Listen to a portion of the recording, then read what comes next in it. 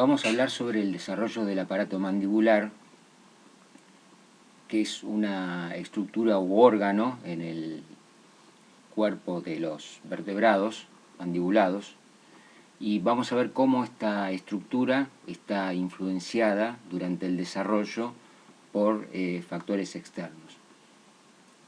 Vamos a comenzar hablando de el origen embrionario del aparato mandibular, que consiste en un tipo de células que se conocen como cresta neural. Son células que derivan de la hoja embrionaria ectodérmica. La cresta neural no solamente da origen al aparato mandibular, sino a otros órganos y estructuras. Y como tejido embrionario, la cresta neural es inducida por moléculas señal que provienen del ectodermo epidérmico. En un corte de un embrión temprano de un vertebrado, lo que podemos observar es acá la formación del tubo neural. Acá lo que observamos es el ectodermo, y esto que está acá en verde es lo que se denomina cresta neural. En este momento del desarrollo, la cresta neural, además de ser un derivado ectodérmico, tiene la conformación de un epitelio. En un momento posterior, y debido a la inducción por parte de moléculas señal, como las que están descritas acá, estas células pierden adhesión y pasan a ser un tipo celular de tipo mesénquima.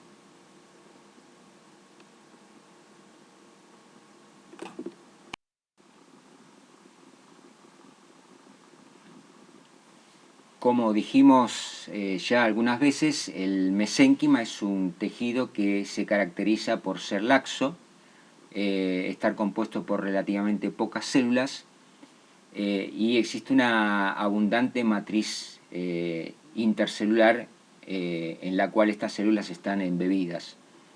Es un tejido principalmente de tipo embrionario, este mesénquima. En este caso lo que estamos viendo es un embrión de ratón. Acá está la zona cefálica, que ya está bien diferenciada, la zona torácica y la zona caudal. Lo que está acá tenido en verde son las células de la cresta neural, que están migrando desde la zona dorsal del embrión hacia la zona ventral. Estos que se ven acá son arcos branquiales. Acá ya se ve el ojo en formación y, bueno, acá el cerebro también en formación. Este es otro corte de un embrión, es similar al corte que vimos anteriormente, es decir, lo que tenemos acá sería la parte dorsal del embrión. Puede ser el embrión de un anfibio, de un pez, de un mamífero. En este estadio no se diferencian, son vertebrados. Estamos hablando del desarrollo de invertebrados. Tenemos acá algunas estructuras importantes para ubicarnos: la notocorda, el tubo neural, que es dorsal, ya está cerrado, y esto que tenemos acá en verde es el ectodermo, digamos, la hoja embrionaria de tejido ectodérmico. Y acá tenemos en marrón, en este esquema, la cresta neural, y lo que se está esquematizando acá justamente es cómo, cuando esta cresta neural, sus células pasan a ser de tipo mesénquima, cómo migran a diferentes partes del embrión, es decir, parten de esta región dorsal que se encuentra entre el tubo neural y el ectodermo embrionario, parten de esta zona al perder adhesión celular sus células y migran a diferentes partes del embrión en desarrollo. En esas diferentes partes o topologías del embrión en desarrollo van a dar lugar a diferentes tipos celulares que derivan de estas células de mesénquima. Son tipos celulares muy diferentes, con funciones muy diferentes, como puede ser las células musculares del músculo liso, pueden ser osteoblastos, adipocitos, condrocitos, melanocitos, es decir, células pigmentarias, e incluso neuronas.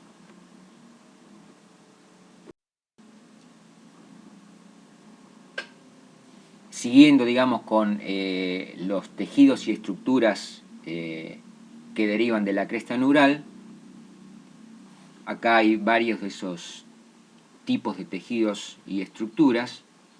Por ejemplo, de la cresta neural deriva lo que se denomina el sistema nervioso periférico, que está constituido por neuronas que incluyen a la formación de los ganglios sensoriales para y simpáticos, células de la neuroglia, células de Schwann. También hay derivados en cuanto a glándulas, hay derivados endocrinos y paraendocrinos. Por ejemplo, derivan de la cresta neural la médula suprarrenal.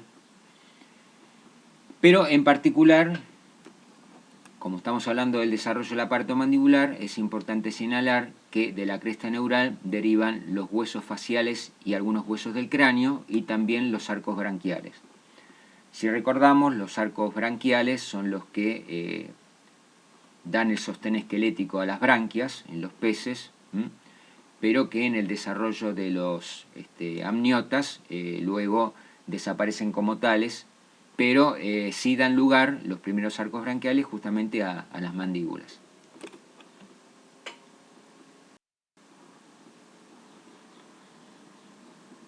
En este esquema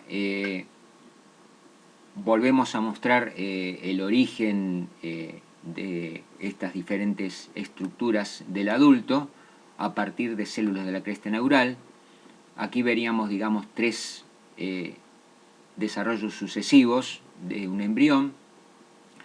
Lo que está señalado acá es el tubo neural en vista dorsal.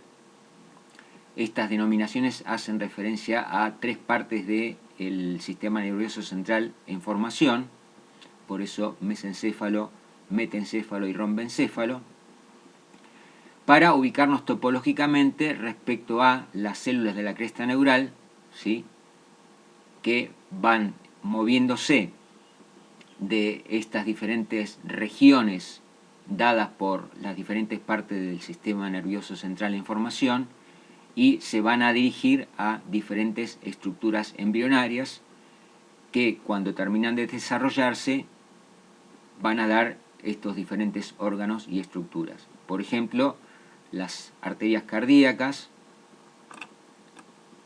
glándulas, el cartílago hioideo, diferentes nervios craneales, huesos del cráneo, y en particular el paladar y la mandíbula, y también los dientes. Es decir, son todos derivados de la cresta neural. No confundir con tubo neural, sino cresta neural. En particular, respecto a la dentición, que es, digamos, una subestructura del aparato mandibular, es un componente, ¿sí?, específico del aparato mandibular, es importante tener en cuenta que hay dos tipos de células de las cuales va a derivar lo que denominamos un diente, ¿sí?, sea un incisivo o un molar. Hay dos tipos celulares que van a estar involucrados en su origen. Por un lado va a haber justamente células de la cresta neural que van a dar lugar a unas células diferenciadas que se llaman odontoblastos, y de los cuales va a derivar la dentina de los dientes. Y por otra parte hay células del epitelio bucal, es decir, células que derivan del ectodermo, o sea, de la capa embrionaria ectodérmica, que van a dar lugar a células diferenciadas que se denominan ameloblastos, y que son las responsables de dar lugar al esmalte, que es otro material que compone a los dientes, distinto a la dentina. Digamos, la dentina y el esmalte son los componentes óseos principales de un diente adulto, pero derivan de tejidos embrionarios que son distintos. En este esquema podemos ver diferentes momentos del desarrollo de una pieza dentaria en este caso de un humano y en particular de un incisivo, pero el desarrollo es similar para el caso de un molar o un premolar. Varía un poco la forma del diente, ¿sí? Pero el desarrollo es similar. Acá podemos ver las diferentes etapas del desarrollo, los diferentes tipos celulares que están involucrados, la formación de lo que se denomina papila dentaria, y lo más importante acá es resaltar cómo, digamos, en lo que sería la conformación de un diente adulto, hay un material que se denomina esmalte, que es el que recubre por fuera la pieza dentaria, es el componente óseo más duro del esqueleto de los vertebrados, el esmalte, y por dentro lo que tenemos la dentina. Hay otras partes que componen el diente, que son lo que se denomina pulpa, y el diente está, digamos, embebido o anclado en el hueso de la mandíbula, no directamente, sino a través de un tejido conjuntivo que sirve, digamos, a su vez de unión del diente con el hueso de la mandíbula, y a su vez este tejido conjuntivo sirve también de una amortiguación, es decir, para que las fuerzas que son recibidas por el diente durante la masticación no sean recibidas directamente por el hueso, sino que haya una amortiguación por parte de este tejido de unión.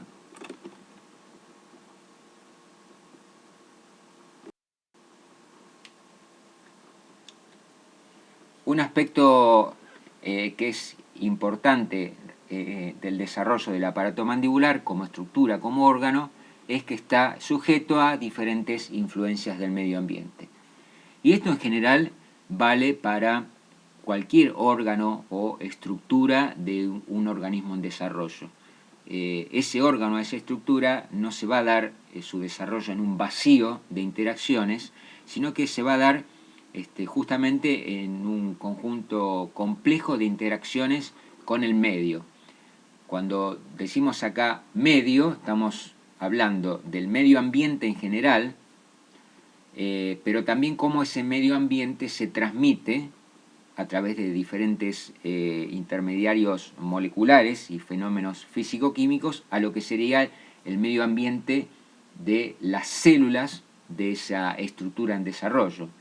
El medio ambiente de esas células habíamos visto que está constituido en gran parte por la matriz extracelular, en donde va a haber una cantidad de biomoléculas que actúan como moléculas señal entre esas células.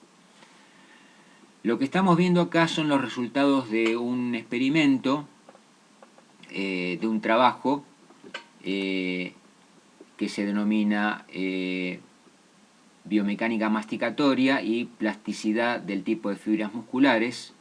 Es un trabajo experimental que se hizo con conejos y que consistió en explorar el efecto de diferentes tipos de dieta sobre el desarrollo del aparato mandibular. En particular, lo que los autores estaban interesados en ver era el efecto sobre la musculatura y sobre la parte ósea del aparato mandibular, es decir, sobre la mandíbula en sí misma. Entonces lo que estamos viendo acá, en esta imagen, es un corte histológico de los músculos mandibulares, de los maceteros en este caso, de individuos sometidos a una dieta blanda, a una dieta control y a una dieta dura. Fenotípicamente, el efecto de esta manipulación experimental es que en el caso de las dietas blandas vemos respecto a las dietas duras una proporción distinta de fibras musculares que tienen un desempeño fisiológico que es distinto.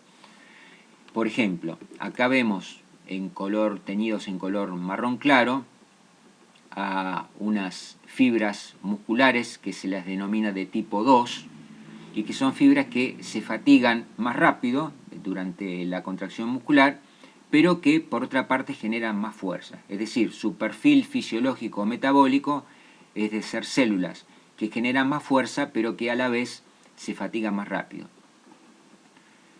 Lo que vemos acá teñido en un color gris, en realidad es una ausencia de tinción, son fibras musculares de tipo 1, que son más resistentes a la fatiga, pero que como contraparte generan una menor fuerza.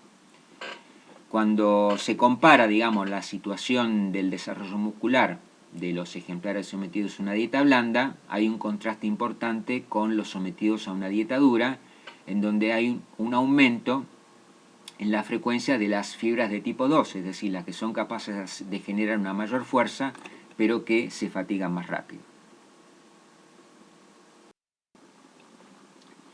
En este mismo estudio, donde se analizó el efecto de dietas duras y blandas sobre ejemplares experimentales de conejo, también se analizó la robustez de la mandíbula, es decir, del hueso mandibular. Lo que tenemos acá es una imagen en una vista lateral de la mandíbula de un conejo, digamos con los incisivos en la parte anterior, los molares, y esta es toda la parte ósea. No hace falta ahora que veamos en detalle las diferentes partes óseas de una mandíbula, sí por ahí señalar esta zona de acá que es la articulación mandibular, es decir, donde la mandíbula articula con el cráneo. Los autores en el trabajo analizaron diferentes variables óseas de la mandíbula, por ejemplo, en lo que hace al desarrollo de la articulación, que las iniciales acá de la articulación mandibular son TMJ, y básicamente el resultado que ellos encontraron es que la articulación mandibular es más robusta en los animales que fueron sometidos a una dieta dura, cuando se los compara tanto con una dieta control como con una dieta blanda. Es lo que surge de esta tabla. Lo que tenemos acá son valores en milímetros de estas diferentes variables mandibulares, y ese es el resultado general obtenido, es que el sitio de articulación es más robusto en los ejemplares sometidos a una dieta más dura. Esto quiere decir que el desarrollo, en este caso, de una estructura, un órgano, que es el aparato mandibular, está, digamos, abierto y sujeto a influencias del medio ambiente, en este caso, el tipo de dieta.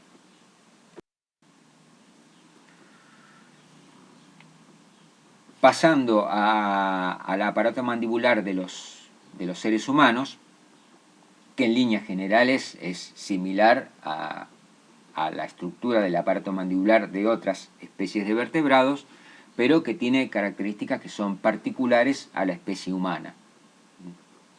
Una de esas características particulares es el número de piezas dentarias, que es de 32 piezas en los adultos, el número de dientes, contando incisivos, premolares y molares. Y otro aspecto del aparato mandibular es lo que se denomina la oclusión, es decir, cómo encajan las piezas dentarias superiores con las inferiores para que se produzca un procesamiento adecuado de los alimentos.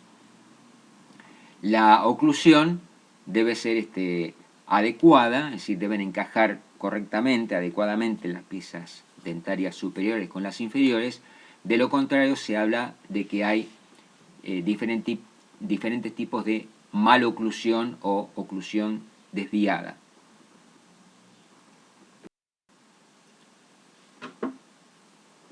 En estas imágenes vemos algunos de los problemas de oclusión que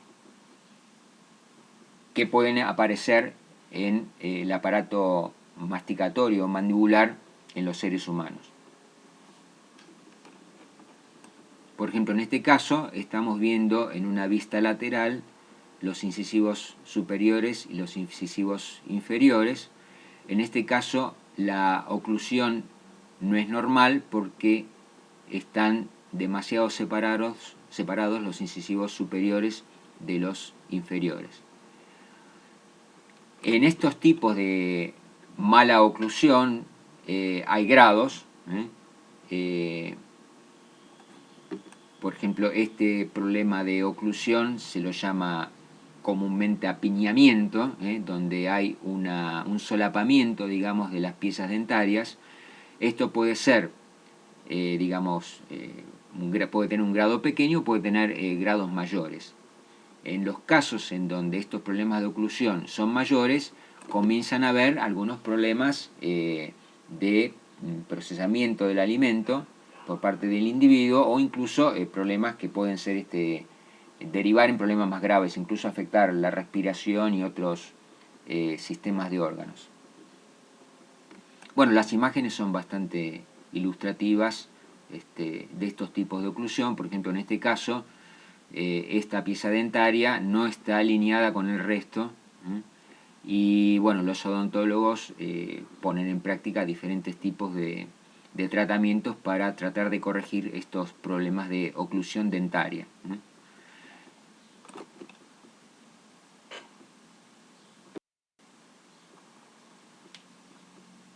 Existen trabajos que han estudiado el efecto que tiene sobre el desarrollo del aparato mandibular diferentes tipos de dieta en modelos experimentales más similares al ser humano, por ejemplo en especies de primates. Es un trabajo similar al que vimos anteriormente en desarrollo de conejos.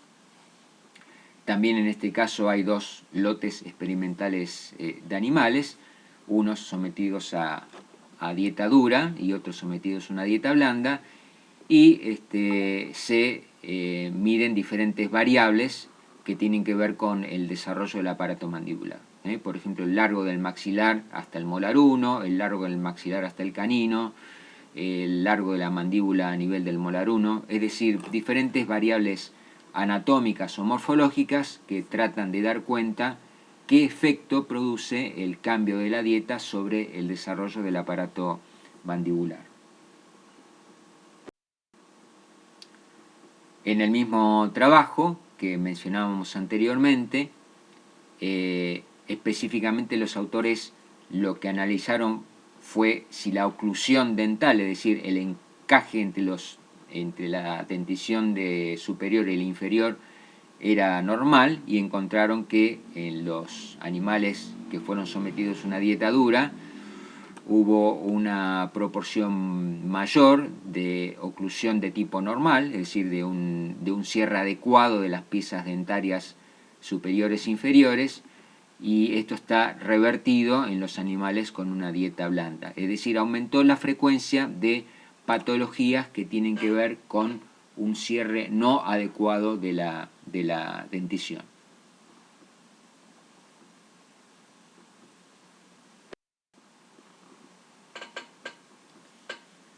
Una pregunta que hace mucho tiempo se vienen haciendo tanto los bioantropólogos, los estudiosos de la antropología, los estudiosos de la evolución, en particular de la evolución de los primates en el linaje conducente al ser humano, y también un tema de investigación para los odontólogos, es si el aparato mandibular de los seres humanos está experimentando algún tipo, digamos, de evolución más o menos reciente, y también qué tipo de evolución ha experimentado en el linaje que va desde las formas ancestrales del género Homo, como pueden ser, por ejemplo, los australopitecos, a lo largo de la evolución hasta llegar al ser humano.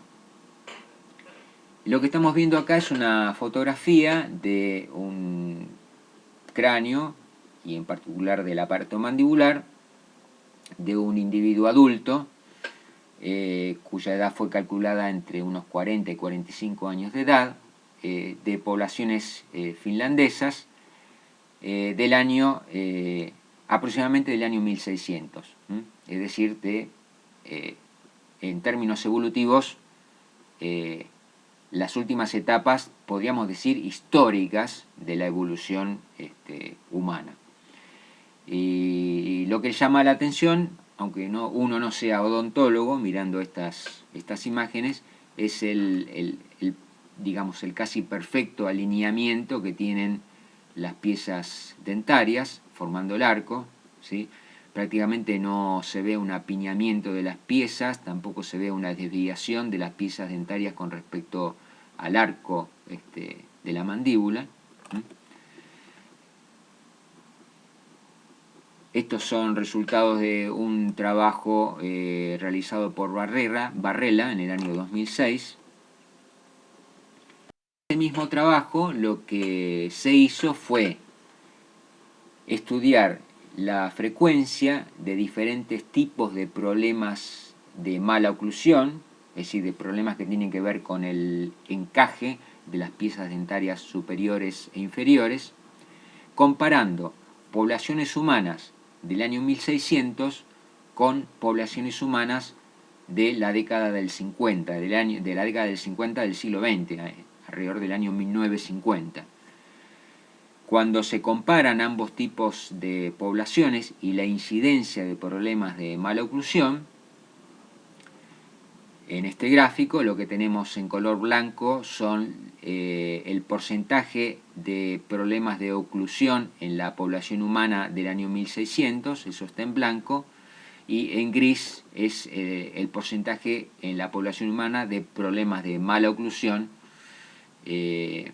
para 4 distintos tipos de problemas de oclusión distintos. Por ejemplo, en este caso es una patología de mala oclusión que se llama incisivos protruidos. En este caso tiene que ver con una mordida cruzada posterior, quiere decir que los molares superiores e inferiores no encajan correctamente, por eso se habla de mordida cruzada posterior, posterior en el sentido de las piezas dentarias posteriores. Apiñamiento, es decir, cuando los dientes están desalineados, y bueno, es notable la diferencia, digamos, y el aumento de problemas de oclusión en los tiempos recientes, digamos, en el siglo XX.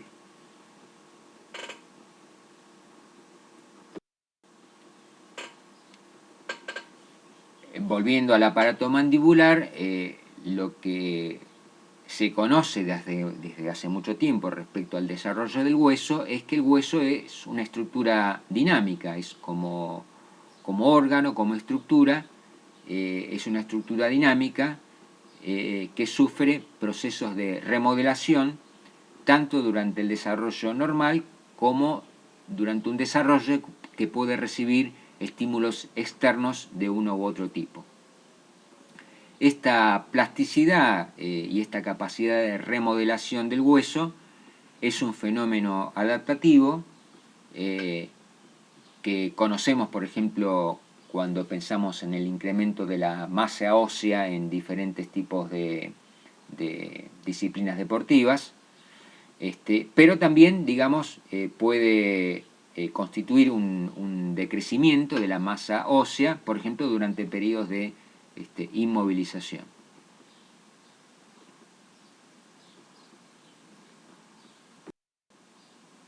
La pregunta es, ¿de qué manera el aparato mandibular, y en particular el componente óseo del aparato mandibular, es decir, la mandíbula y los maxilares, de qué manera esa estructura durante el desarrollo es capaz de recibir señales del medio externo y responder en consonancia? Cuando pensamos en la función del aparato mandibular, un primer factor al cual ese aparato mandibular va a estar sometido es a la acción de fuerzas.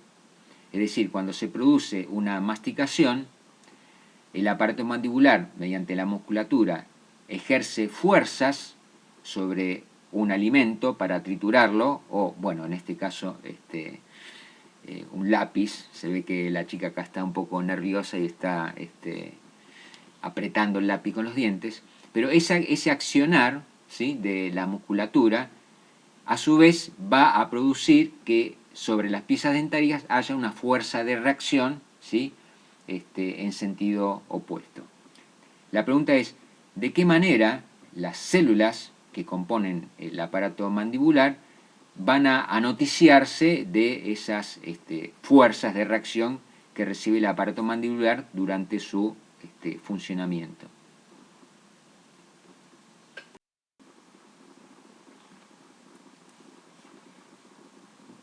Entonces, como el hueso, que es una estructura dinámica y es capaz de remodelarse ante un estímulo externo que puede ser el procesamiento de un tipo particular de dieta, ¿cómo es que se produce esa respuesta?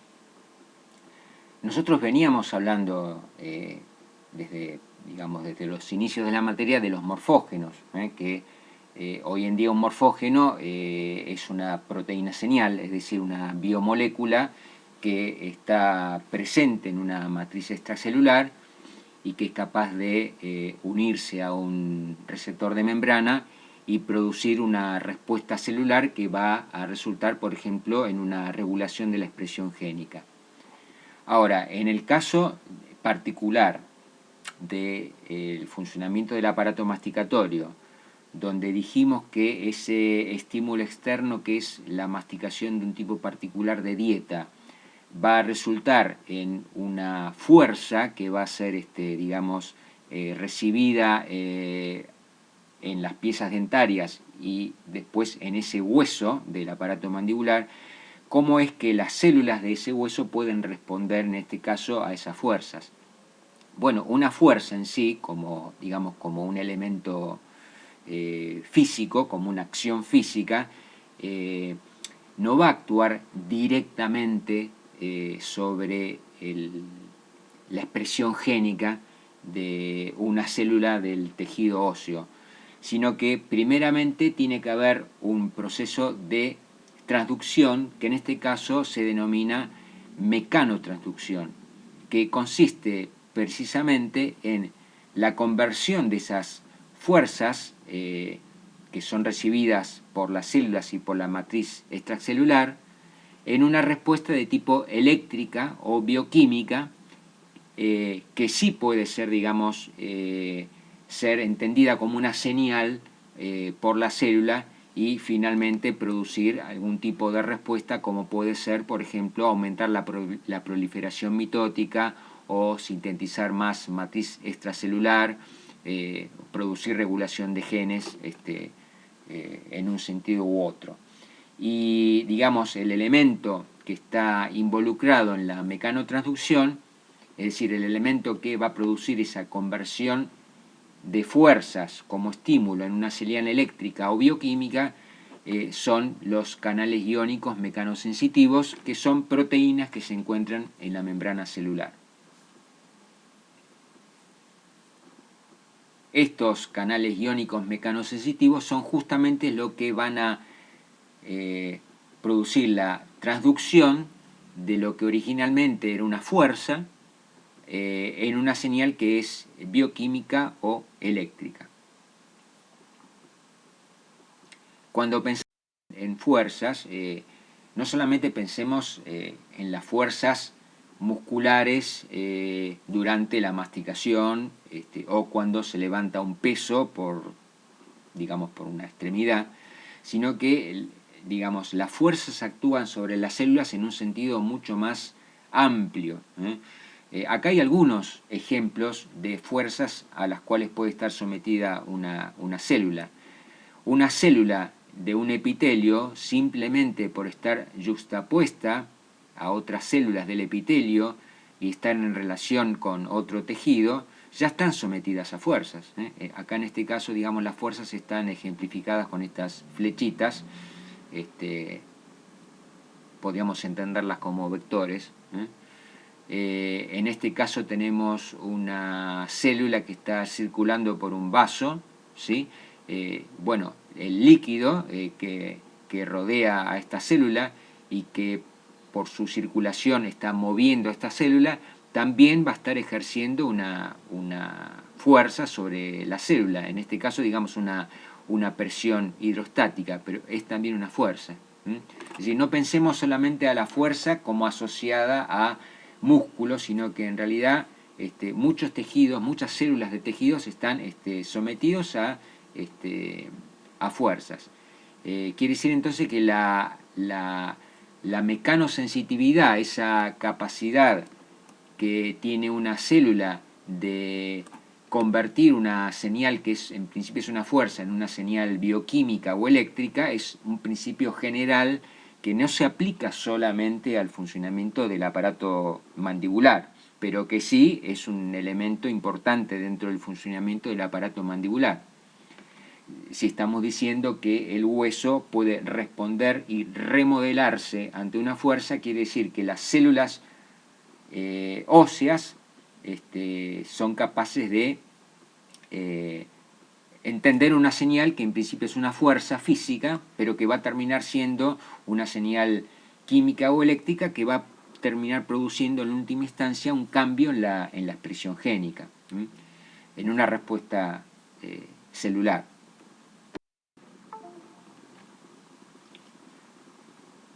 Aquí estamos viendo los resultados de un estudio que apuntó a analizar el funcionamiento de una vía de señalización, que es esta que está descrita acá, en la cual están involucradas diferentes moléculas señal. Es una vía de señalización que está involucrada en la diferenciación de osteoblastos, que son las células que van a dar lugar al tejido óseo. Bueno, el esquema experimental es similar a los que vimos hasta ahora en el tema de aparato mandibular, que es el someter a individuos experimentales a una dieta blanda versus una dieta dura. Lo que estamos viendo acá es un corte histológico de mandíbula de ratón, específicamente en la mandíbula, en la articulación mandibular. Lo que estamos viendo acá son las células, ¿sí? Los osteoblastos de la articulación mandibular, y lo que estamos viendo es el nivel de expresión de esta molécula señal, JNK2, ¿sí? Que forma parte de esta vía de señalización involucrada en la diferenciación de osteoblastos, y por el diferente grado en este caso, de tinción inmunohistoquímica que estamos observando, podemos ver cómo el nivel de expresión de esta molécula señal JNK2 es mayor en aquellos individuos que fueron sometidos a una dieta dura en comparación con una dieta blanda.